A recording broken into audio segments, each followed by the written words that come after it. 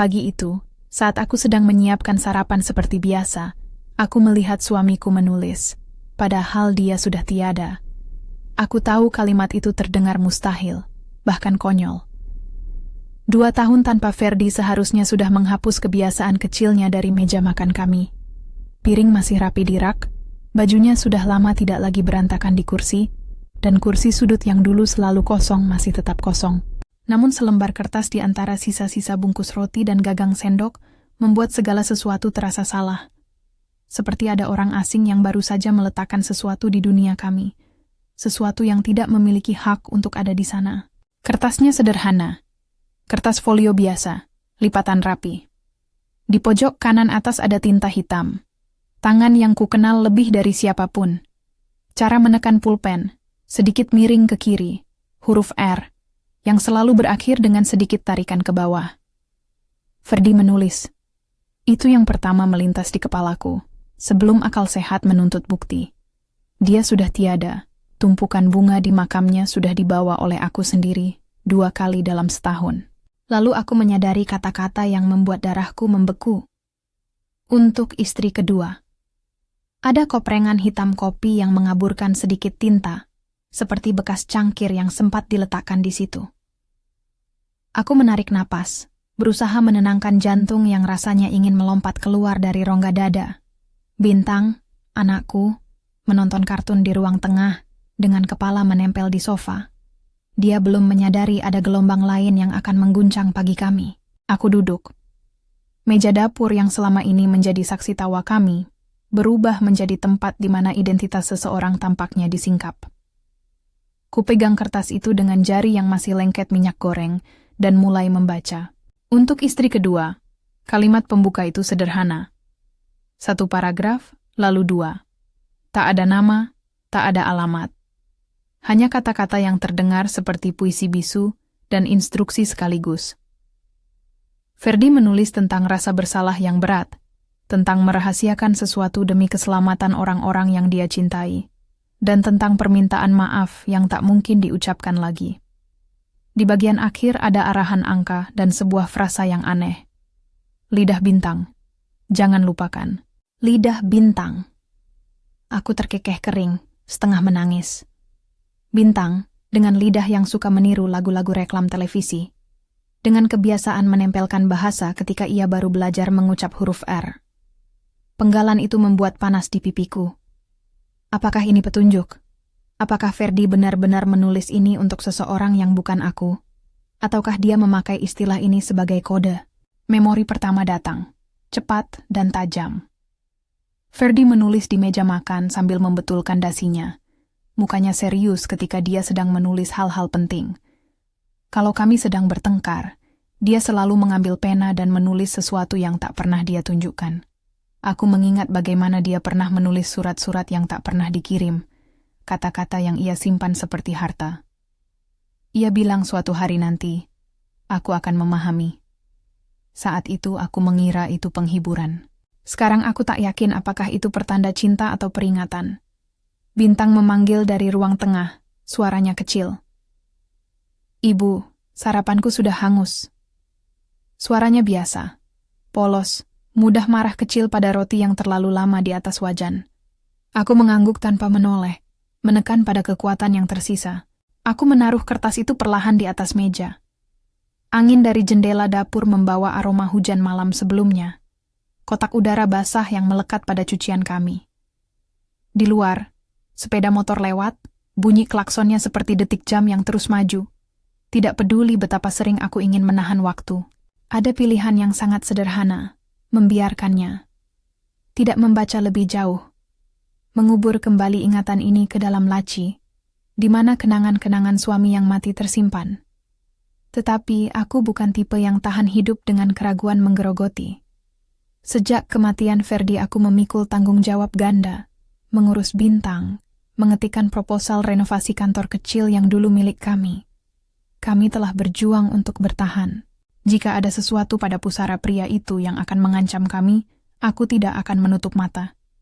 Jika surat itu hanya serpihan penyesalan, aku masih perlu tahu alasannya. Aku mengambil ponsel. Jariku gemetar ketika mengetik pesan singkat ke nomor Tony. sahabat lama Ferdi yang selama ini sering datang ke rumah. Kadang membantu dengan perbaikan kecil, kadang mengantar kami makanan kala keadaan mepet. Tony yang sering tertawa keras dan menepuk bahu Ferdi. Tony yang selalu bertanya apakah aku butuh bantuan memperbaiki genteng. Aku menulis singkat. Tony, bisa mampir? Ada hal tentang Ferdi. Lalu aku menahan napas sampai 3 kali sebelum menekan kirim, karena aku tahu surat itu tidak akan hilang begitu saja. Sambil menunggu balasan, aku membuka laci meja. Raffiasi biasa, tagihan, kertas kerja, foto-foto kecil. Di bawah tumpukan ada sebuah kotak kecil, logam, dingin, kunci lembut yang pernah kubeli untuknya untuk menyimpan barang-barang kecil yang dianggap penting. Di dalam kotak itu ada hal-hal yang selama ini membuatku tersenyum. Lubang kunci karet yang pernah ia perbaiki. Sebuah kompas kecil tanpa jarum yang ia bawa saat naik gunung, dan selembar foto bintang kecil yang sedang tertawa dengan potongan kue di pipinya. Di sudut foto, ada coretan huruf. Bintang menulis nama ayahnya dalam tinta besar, hurufnya miring. Ada juga sebuah USB drive kecil, terselip di bawah foto, yang selama ini aku kira cuma milik proyek kerja Ferdi yang tidak selesai. Aku mengingat ketika ia pernah menuntunku pada prosedur. Kalau sesuatu terjadi padaku, ada beberapa hal di dalam kotak kecil di meja. Jangan sembarang buka. Tapi kalau benar-benar perlu, kamu tahu kuncinya. Ia pernah menyentuh wajahku lama, seolah meminta maaf untuk kemungkinan-kemungkinan yang belum sempat terjadi.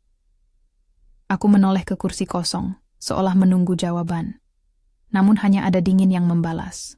Tony membalas lebih cepat daripada yang kuharap.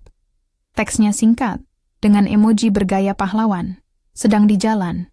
Ada apa? Sesuatu dalam kepastian itu membuatku merasa sedikit aman, tetapi lebih banyak yang membuatku cemas. Ada banyak hal yang Tony ketahui, lebih banyak dari yang seharusnya. Ia sering datang ketika Ferdi sedang sibuk di bengkel kecilnya, dan kami pernah bercanda bahwa Tony tahu lebih banyak tentang hidup Ferdi daripada aku. Aku memasang USB ke laptop yang sudah usang, mesin yang selama ini menjadi tumpuan kami untuk proposal renovasi dan pembayaran sewa. Layar bergetar sejenak, kemudian mengenali perangkat. Ada 2 folder. Satu bertuliskan pribadi, yang terlihat biasa. Satu lagi berlabel, untuk lidah. Hatiku melejit. Label itu bergaya tulisan tangan Ferdi. Lagi-lagi, saat aku membuka folder untuk lidah, ada beberapa file video dan 1 file teks dengan nama panjang yang seperti kode 24 Yalsan B29. Aku klik file teks terlebih dahulu. Isinya pendek. Beberapa baris instruksi yang tampak seperti panduan sementara dan alamat sebuah server yang tidak tropikal. Jika kamu menemukan ini, periksa folder mimpi di server. Akses memerlukan 2 elemen, tanggal yang hanya bintang tahu, dan kalimat dari lagu yang ia bungkus pada ulang tahun ketiga. Jangan beritahu siapapun. Jika kau butuh bantuan, hubungi Irwan, bukan Tony. Nama Irwan membuat darahku mendidih. Irwan adalah mandor yang beberapa kali membopong kayu untuk kami. Dia bertubuh besar, pendiam, tetapi sering hadir saat masalah muncul. Ia menolong saat pipa pecah, ia menahan tukang yang menagih. Kami menganggapnya aman. Seseorang dari lingkungan kerja Ferdi. Mengapa Ferdi menuliskan, bukan Tony? Kalimat itu menimbulkan lebih banyak pertanyaan daripada jawaban. 1 file video menunggu. Pesan utama .mp4. Aku menghela napas, meneguk kopi yang mulai mendingin. Tangan masih gemetar ketika menekan play.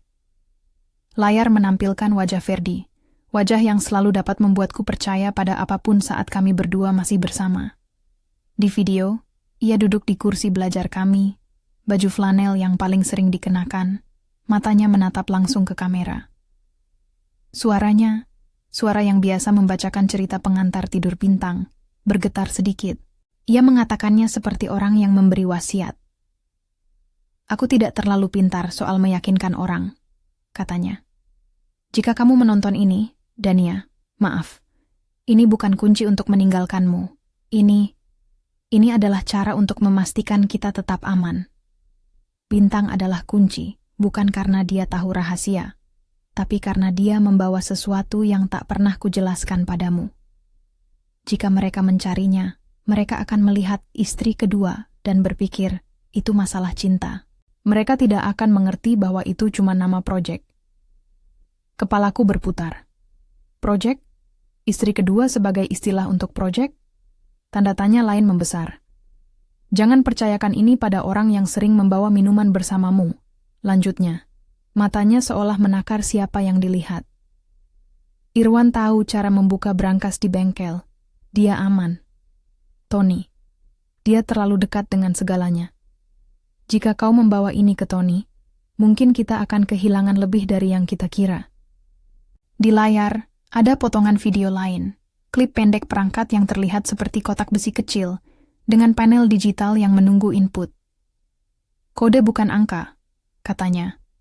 Kode ada pada hal-hal yang tak terduga, lagu, kebiasaan, gerakan kecil anak. Aku membuat ini agar seorang pengkhianat tidak bisa menebak dengan mudah. Ia tersenyum samar, lalu menatap kamera lebih keras. Kalau aku salah memilih, maafkan aku. Tetapi jika aku benar, kau harus bertindak pelan dan cepat. Ruanganku menjerit dalam diam. Semua penjelasannya seperti serpihan teka-teki. Ia menyamakan istri kedua dengan sebuah proyek yang dia selubungi, tapi juga memberi peringatan tentang Tony. Aku pikir aku mengenal Ferdi, tapi kotak kecil di layar itu menunjukkan sisi lain. Sisi yang merencanakan, yang menaruh perintah keselamatan di tempat-tempat tersembunyi, yang mengira tentang kemungkinan-kemungkinan terburuk. Flashback muncul lagi, lebih panjang kali ini. Malam-malam ketika Ferdi pulang larut, cakarannya yang biasanya ceria berubah ringan. Bibirnya rapat, matanya menatap kosong ketika aku tanya tentang hari itu. Ia bilang, ada yang harus kulakukan untuk jangka panjang. Aku ingat satu malam ketika ia memang menulis sambil mendengarkan suara bintang tertawa di kamar sebelah.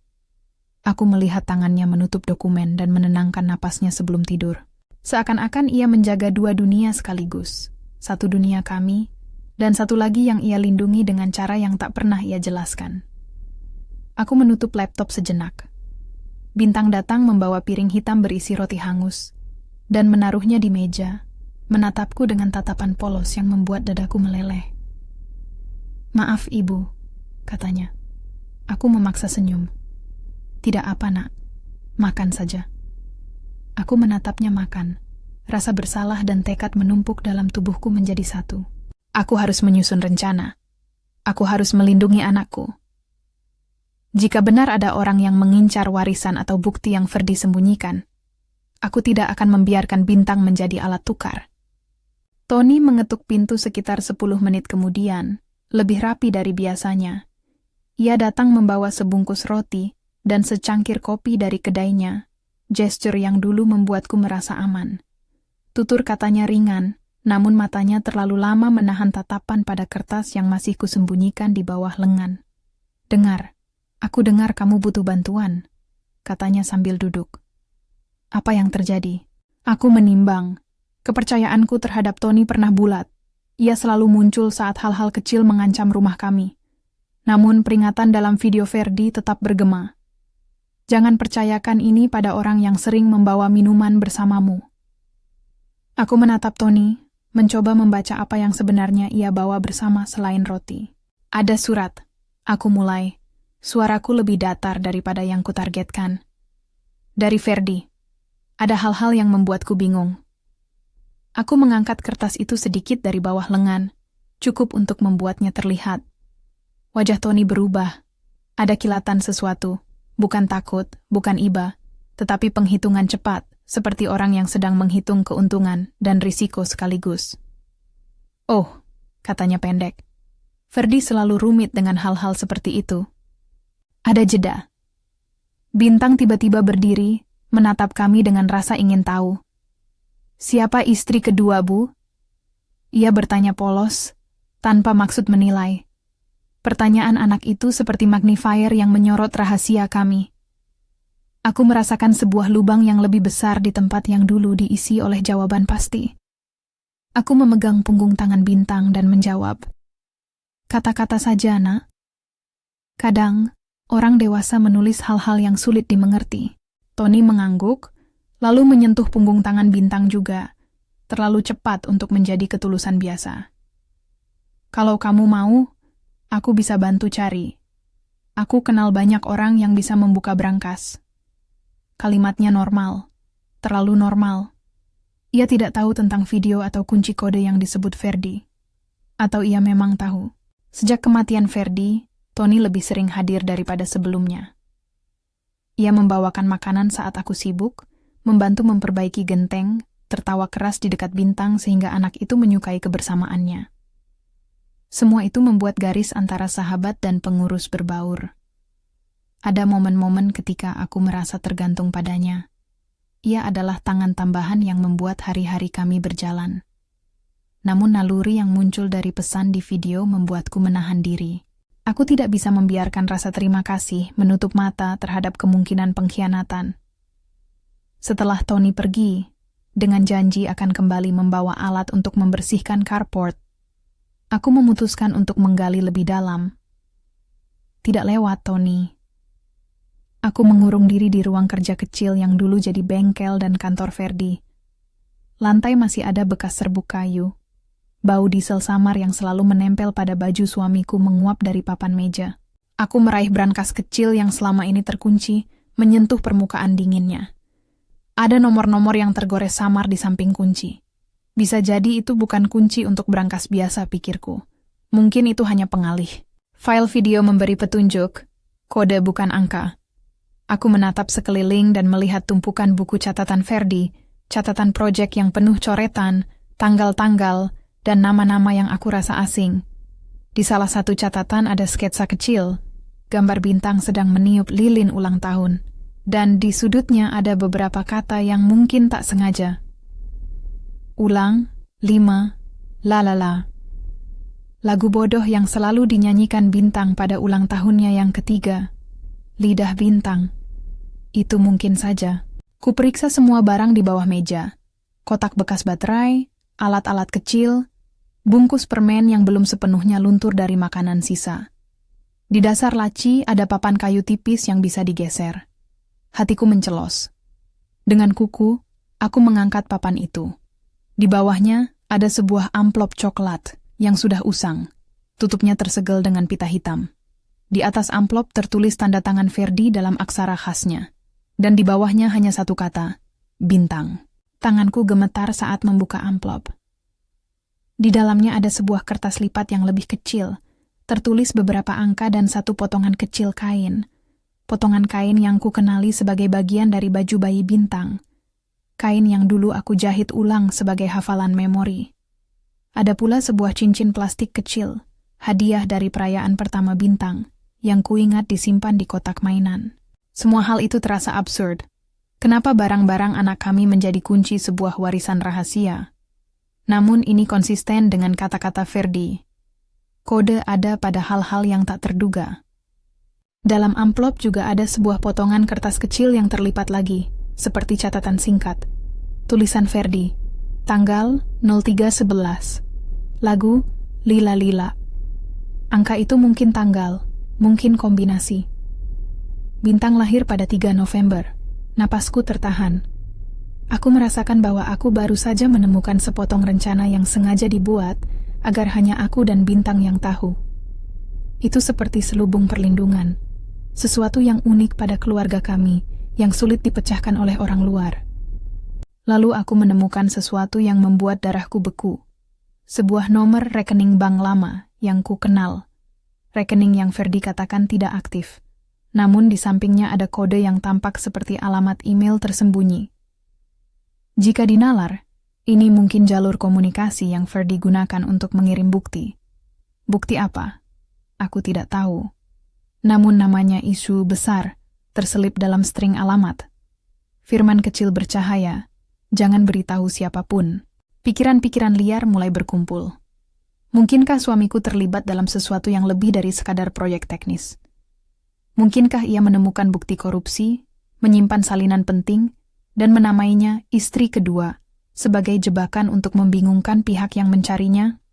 Atau dia benar-benar memiliki hubungan lain? Rasa sakit pribadi membuat semua hipotesis terasa sama-sama menghancurkan. Aku mendengar suara motor melewati gang. Di bawah kulihat bayang Tony yang kembali berdiri di depan pagar. Ia mengetuk, dan aku tahu di tubuhku ada 2 pertarungan. 1, untuk tetap aman. 2, untuk memancing kebenaran. Aku mengusap wajah, menyapu membereskan amplop, dan menaruhnya di dalam dompet yang selalu kupegang untuk berjaga-jaga. Aku tidak bisa membuka semua ini di hadapan Tony. Tidak sekarang.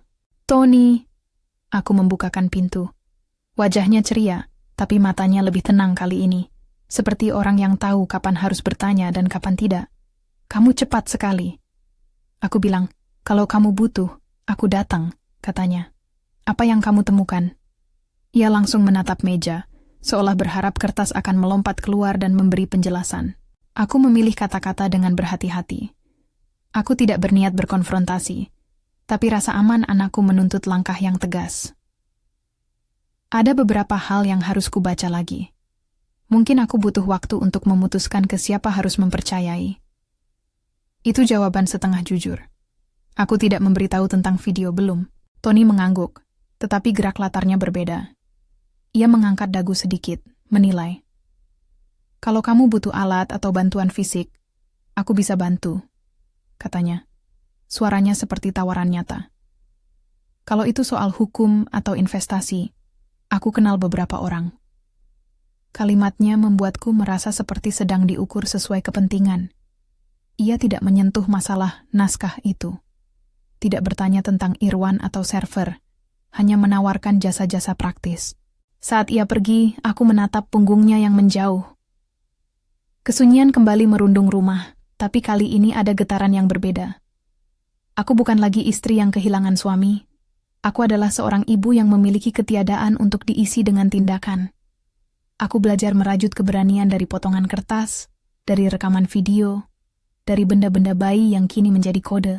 Malam itu, saat Bintang tidur, aku membuka kembali file-file di laptop. Ada beberapa video lain yang tidak kuklik sebelumnya. Klip singkat alat, code names, nama-nama perusahaan yang terdengar familiar namun samar. Sera, pulau, ekor. Ada pula spreadsheet yang menunjukkan aliran uang. Sebuah pola transfer dari rekening yang tidak jelas menuju perusahaan-perusahaan yang terkait dengan kontraktor publik. Korupsi. Kata itu menggantung di mulutku seperti bau yang menusuk. Aku menyadari kengerian yang mungkin menghantui kami bukan lagi hal pribadi, tetapi sesuatu yang jauh lebih besar. Bukti yang Ferdi sembunyikan mungkin akan menyebabkan guncangan pada orang-orang berkuasa.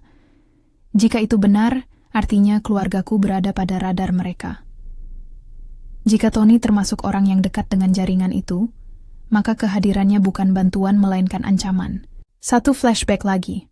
Ferdi pernah pulang larut dan berkata, kalau mereka tahu aku memegang ini, mereka akan datang untuk kami. Aku menatap foto kami yang terpajang di rak. Senyum kami beku di momen yang dulu terasa aman.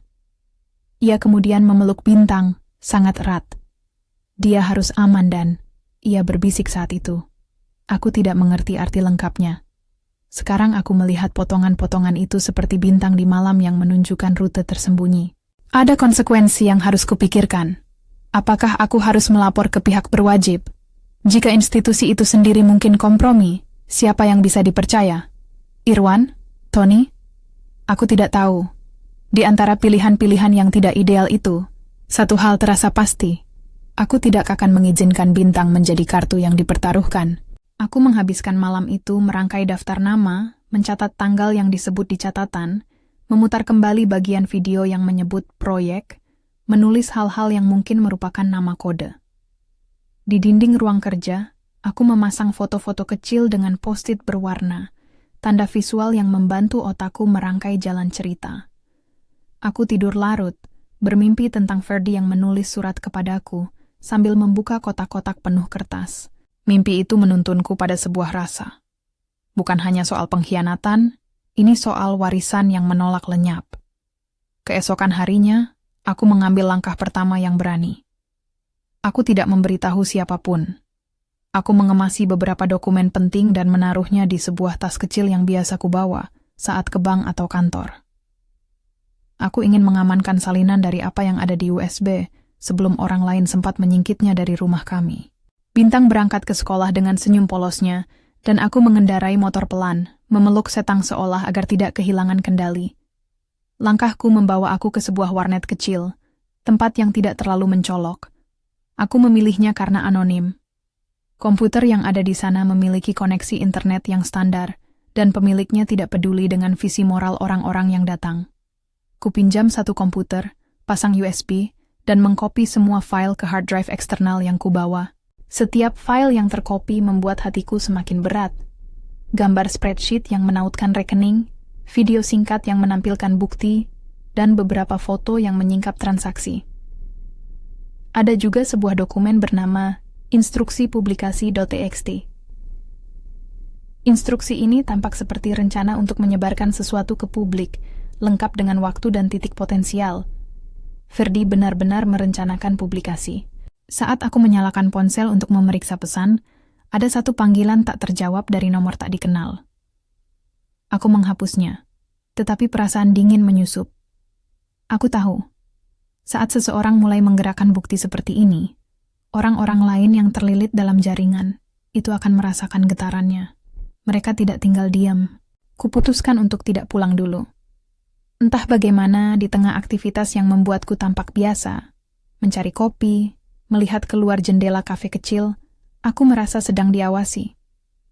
Ada bayangan orang yang lama menunggu. Aku kembali ke rumah setelah memastikan Bintang aman di sekolah, dan menemukan bahwa seseorang telah membuka laci meja di mana amplop kecil itu sebelumnya. Tidak banyak yang hilang, tetapi ada bekas goresan halus di tepi kayu yang menunjukkan seseorang mencoba mencari sesuatu.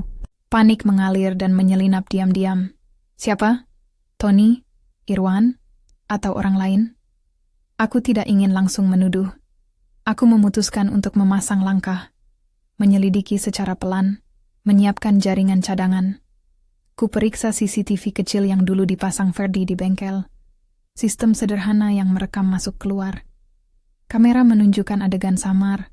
Seorang pria berbadan tegap memasuki teras dini hari beberapa hari lalu. Wajahnya tak terlalu jelas. Topinya rapi menutupi sebagian wajah. Namun posturnya mirip dengan orang yang aku lihat beberapa kali di bengkel. Irwan. Irwan datang 3 hari kemudian, membawa beberapa potongan kayu untuk perbaikan. Ia duduk di kursi tanpa banyak bicara. Ada yang salah, Dania? Tanya Irwan dengan nada yang lebih lembut daripada yang kukira. Aku mengamati matanya. Ada garis-garis ketegangan di wajahnya, namun aku tak tahu apakah itu karena kerja keras atau penyesalan terselubung. Ada orang yang membuka laci kami, kukatakan. Apakah kamu sempat melihat sesuatu aneh di bengkel akhir-akhir ini? Irwan menghela napas panjang, lalu menatap ke lantai. Ada beberapa orang baru yang datang beberapa minggu lalu. Mereka datang untuk investigasi kecil, katanya. Mereka menawarkan uang banyak pada beberapa orang. Orang-orang yang butuh. Tony juga sering bertemu mereka. Ia menelan ludah, menatapku. Tony? Kenapa kamu bicara soal Tony?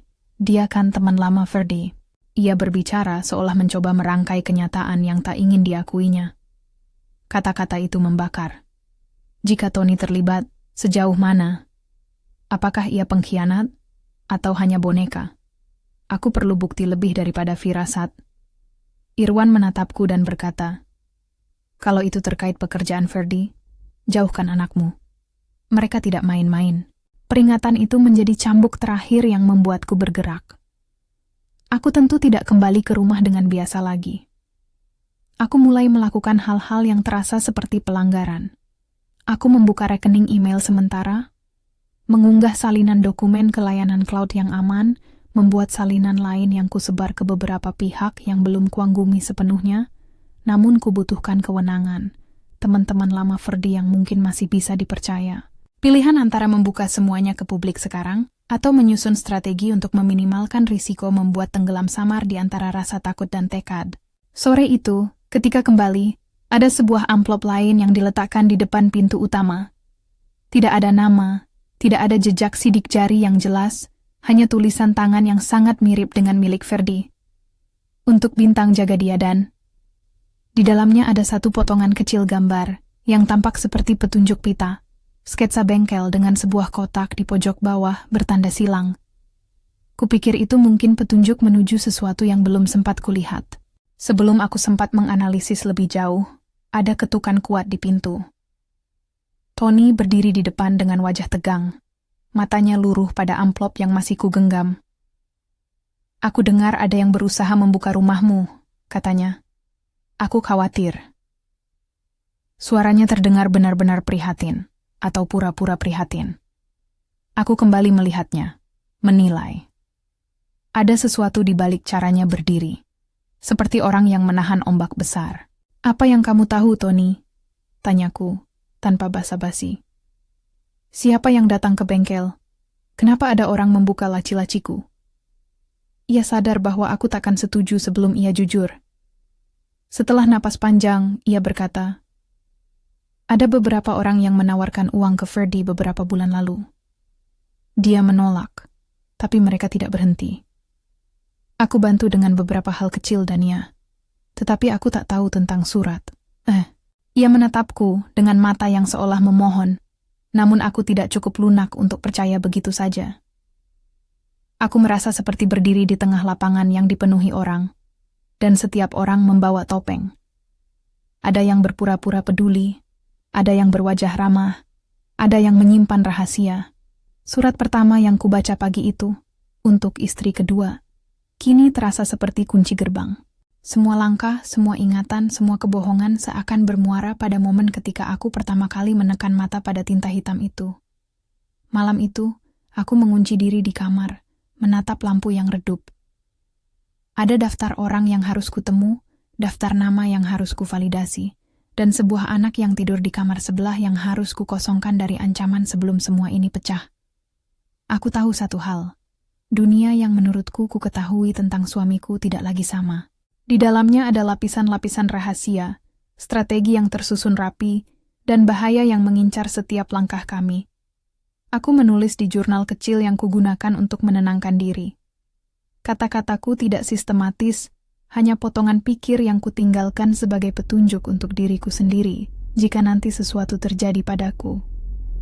Surat. Lidah bintang. Irwan, bukan Tony. Server. Folder mimpi. Menuliskan itu membuat pikiranku sedikit jernih, seperti saat menyusun potongan puzzle di atas meja. Dan di bawah tulisan itu aku menambahkan satu kalimat tegas. "Pertahankan bintang. Jangan serahkan kebenaran pada orang yang lebih memilih keuntungan daripada keselamatan." Keesokan paginya, saat aku menyiapkan sarapan lagi, rasa roti bakar yang lebih pahit dari biasanya, ada ketukan halus di jendela. Bintang sedang menggambar di meja, memegang pensil dengan serius, lidahnya sedikit menjulur ketika ia berkonsentrasi. Aku melihat ke jendela dan melihat sebuah catatan kecil yang diikat pada gagang pintu. Dalam surat itu hanya satu baris, "Jangan percaya pada senyum yang terlalu lebar." Aku menatap tulisan itu, dan perasaan yang selama ini terpendam meledak menjadi tekad. Aku harus menemukan di mana batas antara pengkhianatan dan perlindungan. Aku harus menggali lebih dalam, tanpa membahayakan anak yang paling kusayang. Surat yang kubaca pagi itu, surat yang membuatku merasa seperti suamiku menulis padaku dari masa lalu, telah membuka pintu. Di balik pintu itu ada jalan panjang yang berliku, dan aku baru saja menempatkan kaki pada langkah pertama. Tapi ketika aku menutup pintu, mendengar suara langkah Tony yang menjauh, aku tidak tahu satu hal. Seberapa dekat mereka yang mengincar kami sebenarnya. Aku menutup pintu setelah Tony pergi, tetapi suaranya masih bergema di pelataran rumah. Langkah tergesa yang kemudian menghilang seolah ditelan oleh senja. Di dalam, amplop dengan peta kecil masih mengepul hangat di telapak tanganku. Sketsa bengkel bertanda silang menatapku seperti janji yang belum ditepati. Malam itu, aku tidak bisa tidur. Kepala penuh peta nama-nama, tanggal, dan potongan-potongan yang harus dirangkai menjadi jalur yang aman untuk kami. Sebelum mata benar-benar mengantuk, aku menulis satu rencana kecil di jurnal. Temukan server, lihat folder mimpi, temukan cara mempublikasikan tanpa melalui jalur tradisional. Titik demi titik. Rasanya seperti merajut benang rapuh di tengah badai. Satu hal yang jelas, Aku harus menguji siapa yang bisa dipercaya. Tony berada dekat. Irwan menaruh rasa takut di hatiku, dan ada orang-orang tak dikenal yang datang ke bengkel. Di antara semua itu, satu kenyataan mengusik tidurnya. Ferdi tidak menulis karena selingkuh. Kata-kata di video itu mengejawantah. Istri kedua bukan nama wanita lain, melainkan proyek yang ia bungkus untuk perlindungan. Jika aku salah menafsirkannya, aku akan memecah kehancuran rumah kami sendiri. Jika aku benar, maka rumah kami sudah menjadi target. Keesokan harinya aku memutuskan untuk bertemu seseorang yang aku anggap paling mungkin mengerti aspek teknis tanpa mengangkat kecurigaan. Santi, teman lama Ferdi yang dulu bekerja di divisi IT sebuah perusahaan swasta, dan sesekali membantu perbaikan perangkat elektronik di bengkel. Dia bukan teman dekat keluarga, lebih orang kerjaan, jadi tidak mencurigakan jika aku mengunjunginya. Aku sengaja tidak mengajak Tony. Diam-diam kuharap, jika ada yang menyadari langkahku, itu akan mengalihkan kecurigaan. Santi menerima panggilanku di sebuah warung kopi kecil. Matanya meneliti layar laptop yang kubuka di hadapannya. Aku menceritakan seperlunya. Video, file untuk lidah, folder mimpi, dan instruksi yang menunjuk ke 0311 serta lagu anak yang bodoh. Ia mendengarkan tanpa menyela, jari-jarinya memencet meja seperti sedang menimbang segala kemungkinan. Aku bisa lihat ini tanpa membawa ponselku pulang, katanya akhirnya. Kamu membawa salinan file? Aku mengangguk, memberinya hard drive kecil dengan semua yang sudah ku backup di warnet. Ia memutar beberapa file, mata berkedip cepat. Sistem ini bukan sekadar arsip. Ada skrip otomatis yang dimasukkan di sini. Jika dia meninggalkan instruksi untuk mempublikasikan, itu bisa jadi jadwal yang menunggu input, atau syarat. Kondisi yang menentukan kapan file akan dilepas. Input apa? Tanyaku. Jantungku berdetak diiringi rasa takut yang menempel pada suara. Sesuatu yang spesifik, bukan password numerik biasa, lebih ke aktivator yang sulit ditebak, misalnya kombinasi tanggal ulang tahun dan frasa dari lagu, atau file audio yang mengandung pola tertentu. Itu membuatnya aman jika hanya orang-orang tertentu yang tahu. Tapi juga berbahaya jika ada yang tahu pola itu. Mereka bisa memicu publikasi atau memusnahkannya. Santi menatapku. Ferdi itu orang yang detail. Jika dia menyebut lidah bintang, itu bukan hanya nostalgia. Dia sengaja menggunakan kebiasaan anakmu sebagai kunci. Rasanya sekaligus lega dan cemas. Lega karena ada rencana. Ini bukan hanya kebingungan cinta. Cemas karena kunci itu ada pada seorang anak 10 tahun. Aku menanyakan kemungkinan melokalkan file agar dapat dipublikasikan melalui jalur lain, misalnya server yang bisa di-trigger dari lokasi lain.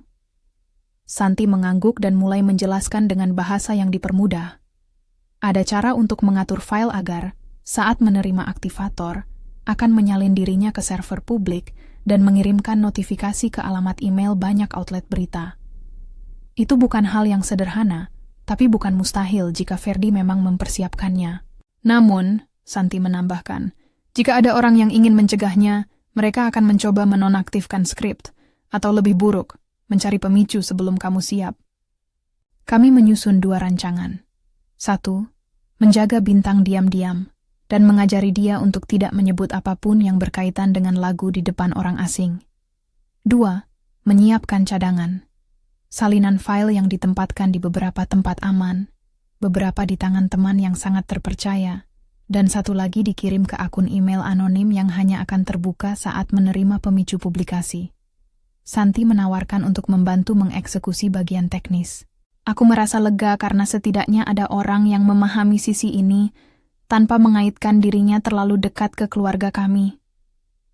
Sore itu, hari turun dengan kilas yang dingin. Di jalan pulang, aku memikirkan Tony. Ada sesuatu pada cara ia menepuk punggung bintang, yang dulu terasa hangat kini terasa terlalu penuh perhitungan.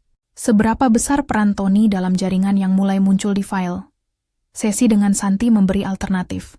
Tony bisa orang yang hanya diberi sedikit informasi, atau ia bisa bagian dari permainan yang lebih besar. Aku memutuskan untuk menunggu bukti dan membiarkan naluriku mengumpulkan data. Beberapa hari berlalu dengan hati-hati yang menjemukan. Aku mengatur strategi, tidak menunjukkan akses ke laptop atau file yang kubawa, meneruskan rutinitas seolah tidak ada badai. Namun badai itu makin jelas. Ada jejak-jejak yang menandakan kami sedang diawasi. Kali ini bukan goresan laci lagi. Ada pesan SMS singkat yang datang malam hari berisi, "Jangan main-main," tanpa nomor pengirim. Pesan seperti benang gelap yang menelusup ke benak, menguji batas keberanian. Sementara itu, aku mulai mengajarkan Bintang, tanpa memberitahu alasan penuh, untuk bernyanyi hanya di kamar. Aku membingkai latihan itu sebagai permainan.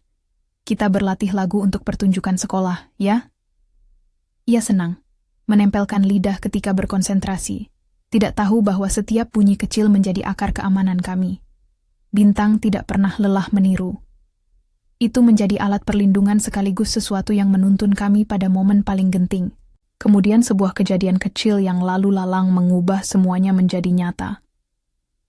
Suatu pagi aku menemukan ceceran tanah pada karpet bengkel, jejak sepatu besar yang tidak milik siapapun yang kukenal. Di CCTV ada rekaman samar. Seseorang berpostur besar melongok dari pintu samping lalu pergi. Wajahnya tertutup hoodie. Potongan gambar itu tidak memberi banyak, tetapi cukup untuk membuatku memberitahu Santi agar menaikkan keamanan data. Pindah file ke server yang lebih aman, enkripsi berlapis, dan menyiapkan satu salinan untuk publikasi segera setelah pemicu terdeteksi. Sebelum kami sempat menyelesaikan, keadaan memuncak. Bintang pulang dari sekolah dengan ekspresi bingung. "Ada orang yang bilang aku lucu, Bu," katanya. Dia memegang mainanku juga. Matanya besar, polos. Aku menebak siapa, Tony atau orang yang sama yang mengintai. Panik mencoba merayap, tapi aku menahan napas dan bertanya polos, "Apa dia pakai topi, Nak?" Bintang menggambarkan topi mirip dengan topi yang kulihat di CCTV. Detik itu, aku berpikir cepat. Jika mereka mencoba mendekat ke Bintang, itu berarti mereka mulai mencari kunci kami, anak itu. Kami tak bisa menunggu. Malamnya aku menerima ancaman yang lebih nyata. Ada suara di depan rumah, motor berhenti, langkah menuju teras, lalu suara yang menempel di pintu. "Dania, ini Tony. Boleh bicara sebentar?" Suara itu tenang, persis seperti yang biasa kulihat.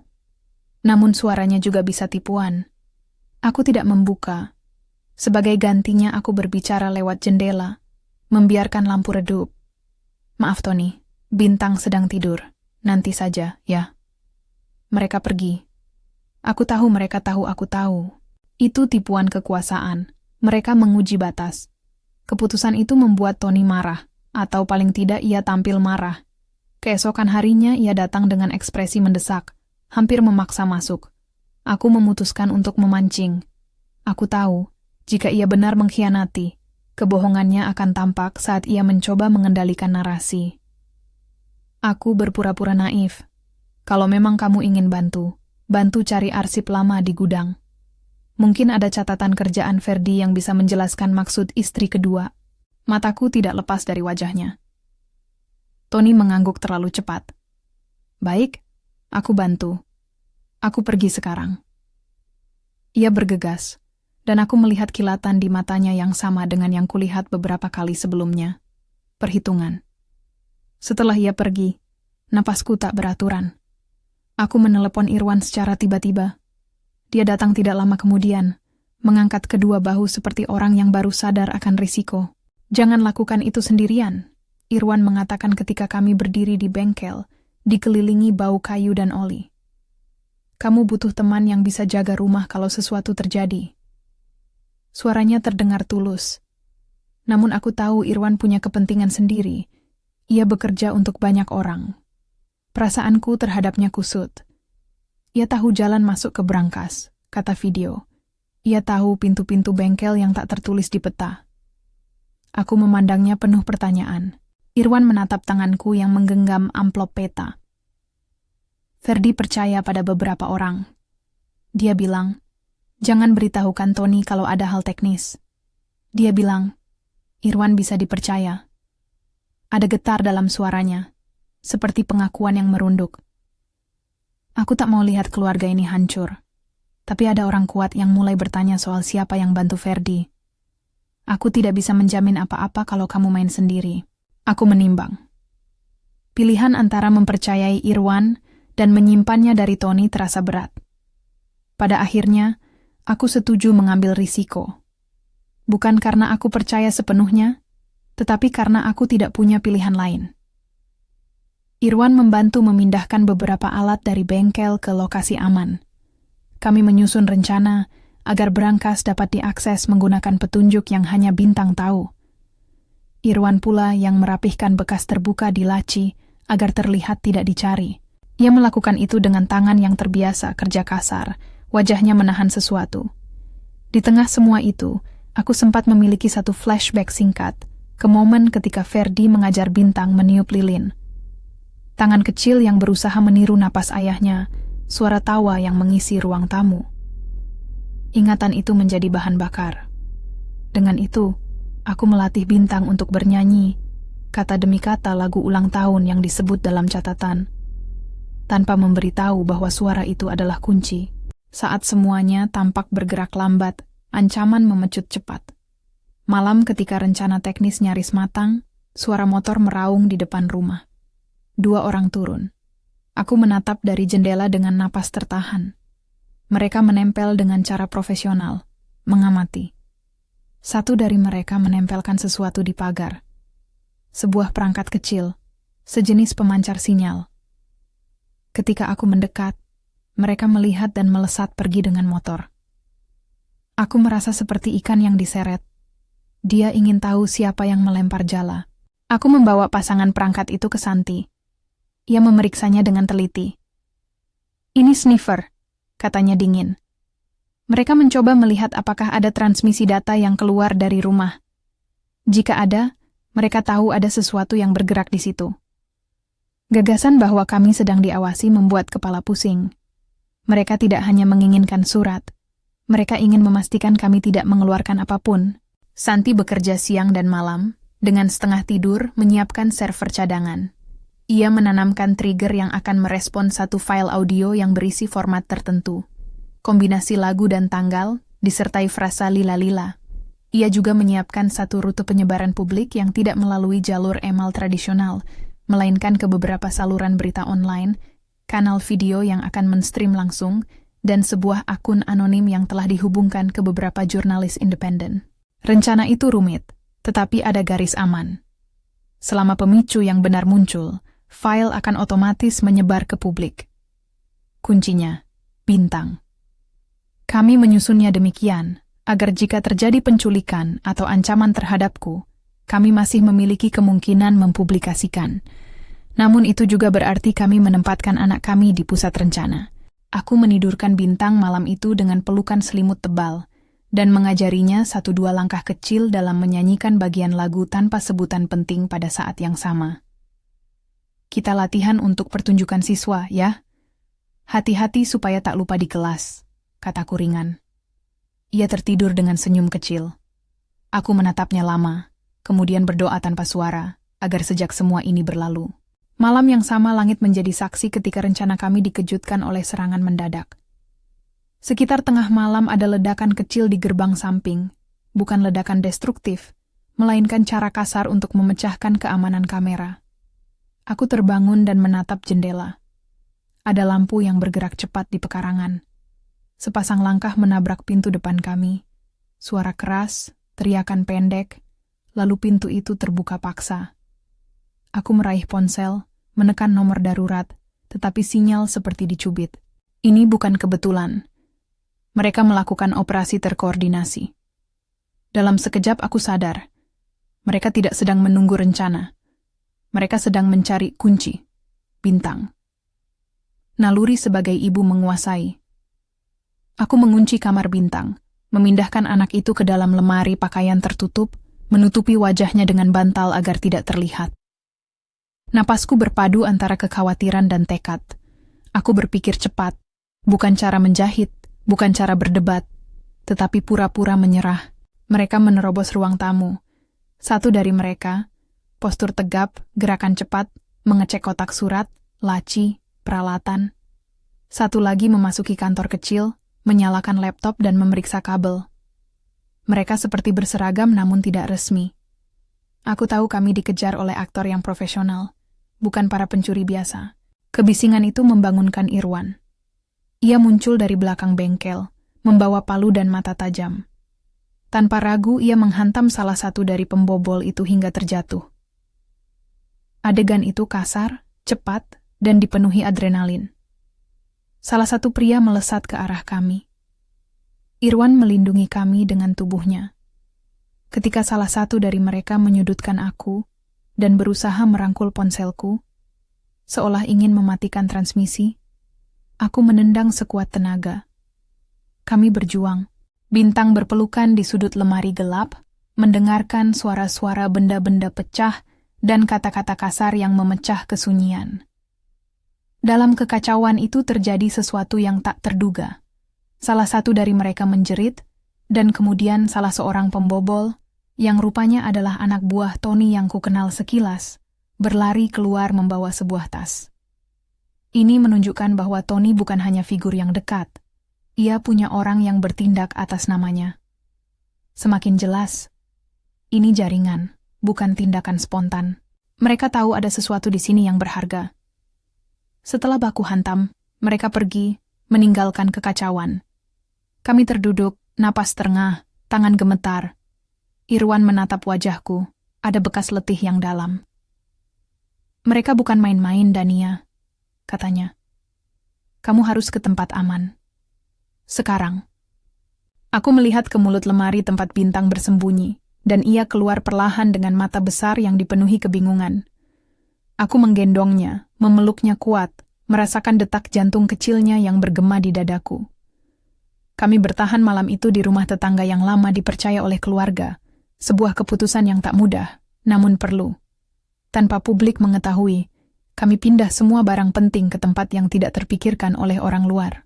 Keesokan harinya, berita di kota masih normal. Tidak ada penyebutan tentang rumah kami. Itu aneh. Jika mereka sudah mengetahui sesuatu, bukankah mereka akan memastikan semuanya steril? Kenapa langkah mereka tidak diteruskan? Mungkin karena mereka ingin memancing agar kami menggali sendiri. Namun aku tidak punya banyak waktu untuk menebak. Santi menghubungi lewat nomor baru. Kita tidak bisa terus bersembunyi. Kita perlu publikasikan sekarang. Ia menyampaikan rencana. Menjadi pagi ini, mereka bisa memicu publikasi melalui jalur yang sudah disiapkan. Tapi untuk memicu, dibutuhkan file audio yang memuat kombinasi lagu dan tanggal dalam format yang Ferdi gunakan. Format itu harus datang dari Bintang. Aku tahu ini berarti risiko besar. Bintang harus menyanyikan bagian kunci di tempat publik, atau di depan perangkat yang akan meneruskannya. Namun ada satu cara yang lebih aman. Kami bisa merekam Bintang di lokasi aman, sebuah studio kecil yang disewa Santi, dan memancarkan rekaman itu sebagai pemicu. Tetapi itu juga berisiko jika mereka sudah menempelkan sniffer dekat alamat studio. Kami memilih opsi lain, memancing mereka. Aku dan Santi membuat tipuan, mengirim email palsu pada beberapa outlet yang mengatakan ada file yang akan dipublikasikan dalam 3 jam, tanpa detail. Penerimaannya dibuat cukup untuk memancing jaringan itu keluar. Kami memperkirakan mereka akan bereaksi. Dengan begitu, jika mereka bergerak dari jalur pengawasan, kami bisa memicu publikasi saat mereka melakukannya. Ini adalah permainan ganda. Memancing dan menerbitkan. Sore itu, ketika matahari turun, kami memulai langkah. Santi menyiapkan ruangan kecil di atas gudang tetangga, kamera tersembunyi yang terhubung ke server, jalur backup via satelit kecil yang disewa dengan biaya tak sedikit, dan rekaman Bintang. Kami meletakkan mikrofon kecil di meja, dan menyiapkan skenario seolah sedang latihan untuk pertunjukan sekolah. Bintang pergi dengan riang, memegang boneka kecilnya. Ia tidak tahu beratnya peran yang ia mainkan. Aku duduk di luar, jantung di tenggorok, menatap ponsel seperti orang yang menunggu vonis. Di menit-menit terakhir, ada gerakan di luar. Motor melintas mendekat. Aku tahu ini saatnya. Santi melambaikan tangan. Ia siap. Aku menekan tombol rekam begitu Bintang mulai menyanyi bagian lagu. Suara kecilnya yang biasa diselingi bunyi lila-lila mengalir. Aku menahan napas ketika Santi menekan enter untuk mengirim paket data. Sesaat kemudian, layar menunjukkan transmisi terkirim, dan file mulai menyebar melalui jalur yang sudah dipersiapkan. Dan seketika itu juga, kekuatan yang selama ini menonton kami menyerang balik. Mereka muncul, bermotor-motor, mencoba memblokir satelit dan memutus internet lokal. Kami menyaksikan mereka berupaya menghentikan transmisi. Namun Santi sudah menanamkan fallback. Beberapa salinan file terkirim melalui layanan peer-to-peer yang terlindungi, dan beberapa salinan sudah berada di tangan beberapa jurnalis independen yang bersedia untuk menyiarkan segera saat menerima file. Seketika itu juga, situs-situs berita yang biasanya terkendali berubah menjadi arus yang deras. File-file spreadsheet, video bukti, dan nama-nama transaksi bermunculan. Kami berhasil. Kemarahan segera menjulang. Di kawasan dekat gudang, beberapa orang datang, 2 di antaranya terlihat familiar. Orang-orang yang pernah membantu Tony. Mereka merusak pintu, menerjang dengan niat menghentikan penyebaran. Namun publikasi sudah jalan. Dalam hitungan menit, kota mulai bergetar. Pesan-pesan berhamburan, beberapa akun media sosial yang lumayan besar mengangkat isu, dan pihak berwenang yang tak terkompromikan mulai menaruh perhatian. Ada efek domino. Aku merasa dunia kami bergoyang. Ini kemenangan yang harus dibayar mahal. Reaksi langsung dari jaringan korupsi itu pun terjadi. Tony muncul, bukan dengan cara yang spontan lagi, melainkan muncul di hadapanku dengan wajah seperti badai. "Kenapa kau lakukan itu?" Suaranya menjerit di hadapanku ketika kami beradu di halaman rumah yang kini ramai oleh suara orang dan kamera. Di belakangnya, beberapa tubuh menutupi identitas. Mereka mengancam. Aku menatapnya, melihat raut wajah yang dulu ku kenal kini menjadi asing. "Kamu tahu apa yang ini lakukan pada kita, Dania? Ini bukan mainan." "Apa yang kau lakukan selama ini, Tony?" Aku menantang. Suaraku tak setajam kemarahan namun dipenuhi kepastian. "Kenapa kau selalu ada di sekitar kami? Siapa yang kau bantu?" Ia menatap ke samping, lalu menunduk. Ada momen sunyi. Aku pikir membantu keluarga itu cara terbaik," katanya setengah berbisik. "Tapi ada orang yang bayar lebih. Kita semua punya kebutuhan." Jawabannya seperti belati yang menancap. Kupikir aku bisa menghina atau mencekik, tapi tugas bukan untuk menghakimi atau membalas. Tujuan kami adalah memecahkan jaringan. Tepat saat itu, kamera-kamera mulai mengarahkan lensanya ke Tony. Nama-nama yang muncul di spreadsheet mulai menguntai ke orang-orang yang dekat dengannya. Publik mulai mendesak. Polisi datang, bukan polisi biasa, tetapi tim yang tak mudah disogok. Dikabarkan oleh beberapa wartawan independen. Mereka tiba dengan surat perintah, sebagian besar dipicu oleh tekanan publik. Aku menonton Tony digiring, bibirnya gemetar. Tapi aku juga menyadari bahwa tidak semua orang yang terkait akan selesai di satu malam. Sistem besar itu berakar. Namun publikasi tadi memaksa pembukaan pintu. Orang-orang yang selama ini teduh harus menghadapi cahaya. Di tengah gejolak itu, ada satu adegan yang menorehkan kengerian. Aku mendapat pesan singkat bahwa seseorang telah menjemput Irwan. Ia tidak bisa dihubungi. Rasa takut muncul lagi. Apakah Irwan korban? Atau dia disandera? Aku berlari ke tempat yang terakhir kulihat dia berdiri, dan menemukan sebuah catatan, tangan Irwan, jelas dalam kerutan. "Pergi ke gudang tua di ujung jalan utama, bawa bukti dan jangan datang sendirian." Gudang tua itu adalah jebakan, tahu aku. Namun pilihan tinggal sedikit. Biarkan Irwan sendirian, atau pergi menyelamatkannya beserta bukti yang mungkin membawanya ke celaka. Aku memilih bergerak bersama Santi dan 2 awak jurnalis yang sudah siap. Orang-orang yang selama ini bersedia mengambil resiko. Kami bergerak cepat, menyusun formasi, menutup celah. Gudang itu penuh dengan bayang-bayang. Langkah kaki kami memantul, suara sepatu membayangi ruang sempit.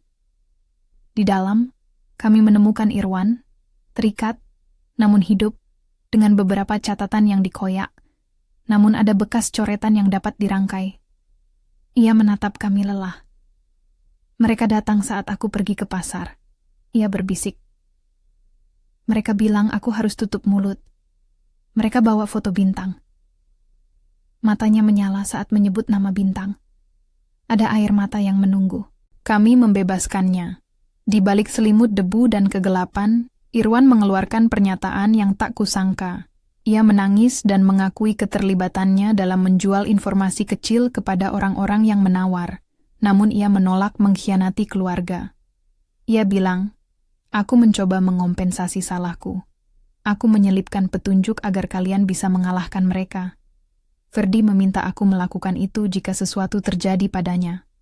Dia bilang, "Percaya pada Dania." Aku menatapnya, lalu menatap catatan yang ia berikan. Ada potongan komunikasi yang menautkan jaringan itu pada nama-nama perusahaan fiktif, nomor rekening, dan langkah-langkah pengalihan, semua cukup untuk membuat penyelidikan awal bergerak. Keesokan paginya, dengan bukti baru di tangan dan tekanan publik yang meningkat, beberapa pejabat harus mulai menjawab. Pihak-pihak yang terlibat mulai dibawa untuk pemeriksaan.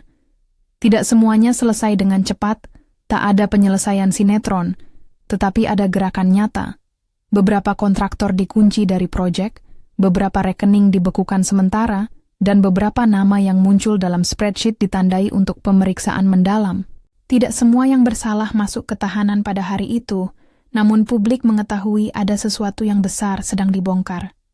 Perjalanan menuju keadilan panjang, aku tahu itu. Tetapi yang paling penting bagiku bukan hanya melihat Tony di bawah lampu sorot itu.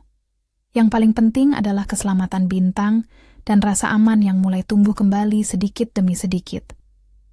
Bintang tidak lagi jadi kunci yang sewenang-wenang. Ia hanya anak yang bermain dengan boneka. Kami mendirikan pengamanan yang jauh lebih ketat, mengganti sekolah, dan memindahkan alamat rumah kami dalam daftar yang hanya sedikit orang tahu. Setahun kemudian kasus itu berkembang. Tony dan beberapa figur kunci ditangkap setelah serangkaian audit dan permintaan publik. Irwan menjadi saksi kunci. Ia mengakui keterlibatannya dan membantu menyusun bukti kunci yang menghubungkan perusahaan-perusahaan bayangan ke jaringan nyata yang selama ini menjajah proyek-proyek publik. Penyidikan memakan waktu. Ada negosiasi, ada tekanan, ada ancaman balik. Namun ada juga akumulasi kebenaran. Berkas-berkas yang dulu tersembunyi kini diputihkan oleh cahaya pemeriksaan publik. Aku sering terjaga di malam hari, mengulang wajah Ferdi di layar video yang ia tinggalkan, mencoba memahami keputusan rumitnya. Ia memang menaruh risiko besar pada orang yang ia sayangi, tetapi itu juga jalan untuk mematahkan lingkaran korup. Ketika debu mulai mereda, kami memutuskan tidak lagi hanya menjadi korban. Dari arsip yang ada, kami menyadari ada banyak anak yang menjadi korban akibat skema-skema serupa. Anak-anak yang kehilangan rumah, pendidikan, atau bahkan orang tua. Ferdi selalu bilang, ia ingin sesuatu yang lebih dari sekadar menyingkap. Ia ingin warisan yang memberi kesempatan. Dari itu lahir ide yang dulu pernah kusisipkan di jurnal kecilku, mendirikan sebuah pusat. Dengan bantuan beberapa dermawan kecil yang percaya pada cerita kami, dan dukungan dari beberapa jurnalis yang menaruh simpati, aku membangun sebuah yayasan kecil, Pusat Belajar Bintang. Tujuan utamanya sederhana, memberi anak-anak yang terdampak oleh kasus-kasus korupsi akses ke pendidikan, terapi, dan keterampilan teknis dasar. Kami juga mengadakan pembelajaran tentang literasi digital, sebuah cara untuk mengurangi risiko penipuan dan eksploitasi di era yang semakin rawan. Pada pembukaan pusat itu, aku berdiri di depan sekelompok anak yang menatap penuh harap. Bintang memegang sekuntum bunga kecil, matanya bersinar polos. Di antara para tamu, beberapa wajah lama muncul, Santi, yang kini menjadi kepala bagian teknis pelatihan. Irwan, yang duduk di barisan depan, masih menyimpan penyesalan namun sekarang menyalurkan pengalamannya untuk kebaikan. Dan beberapa nama lain yang dulu hanya wujud di spreadsheet. Aku naik ke panggung kecil, menoleh pada foto Ferdi di meja kecil di samping. Angin sore menerpa, membawa bau cat baru dan kertas buku yang masih basah. Ada pagi tertentu yang mengubah hidup kami. Aku memulai, suaraku stabil namun bergetar di awal. Aku memikirkan pagi ketika menemukan surat itu, untuk istri kedua. yang dulu menghancurkan segala kepastian. Kini ku tahu, itu adalah pintu yang membuka sebuah misi. Surat itu membawaku kepada kebenaran yang keras. Namun di baliknya juga ada rencana. Rencana seorang suami yang ingin memastikan anaknya aman dan kebenaran bebas. Hari ini pusat ini adalah cara kami mengubah trauma menjadi sesuatu yang memberi. Seorang ibu di kursi depan menangis pelan. Beberapa anak memainkan alat tulis dengan penuh rasa ingin tahu. Aku menatap mereka, dan di antara semua ketidakpastian yang menyelimuti 2 tahun terakhir, ada satu kenyataan yang tersisa. Keluarga kami selamat, tidak sempurna, tetapi selamat. Bintang tumbuh menjadi anak yang ceria, menyukai bola dan bonekanya, dan juga sekarang suka memperbaiki mainan rusak, sebuah kebiasaan kecil yang membuatku tersenyum. Ada hari-hari ketika aku membaca video Ferdi lagi, menutupi suara sendu dengan keinginan untuk memahami lebih. Ia meninggalkan jejak, beberapa yang menyakitkan, beberapa yang memulihkan. Aku membiarkan jejak itu tetap hidup bukan sebagai tuduhan, tetapi sebagai warisan tanggung jawab. Ia menunjukkan bahwa bahkan orang yang kita sayang dapat menyimpan rahasia besar demi kebaikan yang keliru. Bahwa kebenaran bisa membutuhkan keberanian untuk diungkap.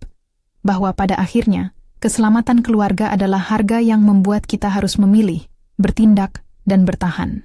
Di malam-malam ketika anak itu tertidur, aku kadang duduk di meja makan tempat aku pertama kali menemukan surat itu. Aku menatap jejak tinta yang tidak lagi memicu kebencian, tetapi ingatan teleskopik tentang perjalanan kami, masa kehilangan, keraguan, konspirasi, dan perjuangan untuk menegakkan kebenaran. Aku ingat juga bahwa aku tidak melakukan ini sendirian. Ada Santi yang tak kenal lelah, ada Irwan yang menebus, ada para jurnalis yang berani, dan ada orang-orang kecil yang percaya. Satu malam, ketika lampu di ruangan pusat redup dan pintu hampir tertutup, Bintang masuk membawa buku gambar baru. Ia menaruhnya di pangkuanku dan berkata, "Ibu, aku ingin menggambar kapal, biar bisa pergi jauh." Aku memandang gurat sederhana itu, garis-garis kapal yang belum sempurna. "Nanti kita buat kapal yang bisa bantu orang lain juga," jawabku, dan ia tertawa kecil. Kisah kami tidak berakhir dengan satupun penangkapan tunggal. Keadilan tidak sepenuhnya bersih. Tak semua orang yang melakukan salah menerima hukuman yang lengkas. Namun sekarang ada jalan yang bisa kami pijak untuk membayar luka itu dengan tindakan. Pusat yang memberi anak-anak ruang untuk belajar, jaringan yang ingin transparansi, dan keluarga yang kembali dibangun dari sisa-sisa dunia lama. Aku sering memikirkan Ferdi pada momen-momen seperti itu. Tidak sebagai orang yang sempurna, tetapi sebagai orang yang memilih cara yang sulit, agar sesuatu yang benar bisa keluar. Di akhir hari aku sering menutup jendela, dan menaruh sebuah kertas kecil di meja. Salinan amplop pertama yang kubaca, kini disimpan bukan sebagai tameng dendam, tetapi sebagai pengingat. Di bawahnya kutulis satu kata, lindungi. Itu kata yang menjadi kompas kami. Lindungi anak, lindungi kebenaran, lindungi harapan. Jika kau pernah bertanya pada dirimu sendiri, apa yang akan kau lakukan bila menemukan surat seperti itu di meja pagi hari? Aku tak mampu menjawab untuk semua orang. Yang ku tahu hanyalah satu. Pilihan terbaik bukan selalu yang paling mudah. Di antara kebohongan dan kebenaran, ada tindakan yang keras. Di antara takut dan bertindak, ada langkah kecil yang menuntun pada penyembuhan. Terakhir, jika cerita ini menyentuhmu, tuliskan di kolom komentar apa yang akan kamu lakukan bila menemukan surat serupa. Cerita seperti ini bukan hanya tentang pengkhianatan atau korupsi, ini tentang bagaimana kita merespons ketika dunia kita terbelah. Jangan lupa subscribe jika kamu ingin mendengar kisah-kisah lain tentang keberanian yang lahir dari reruntuhan. Kita bertemu lagi di cerita selanjutnya. Tapi untuk sekarang aku akan menyalakan lampu meja, memeriksa jadwal kelas di pusat, dan memastikan Bintang menemukan kapal yang ia impikan.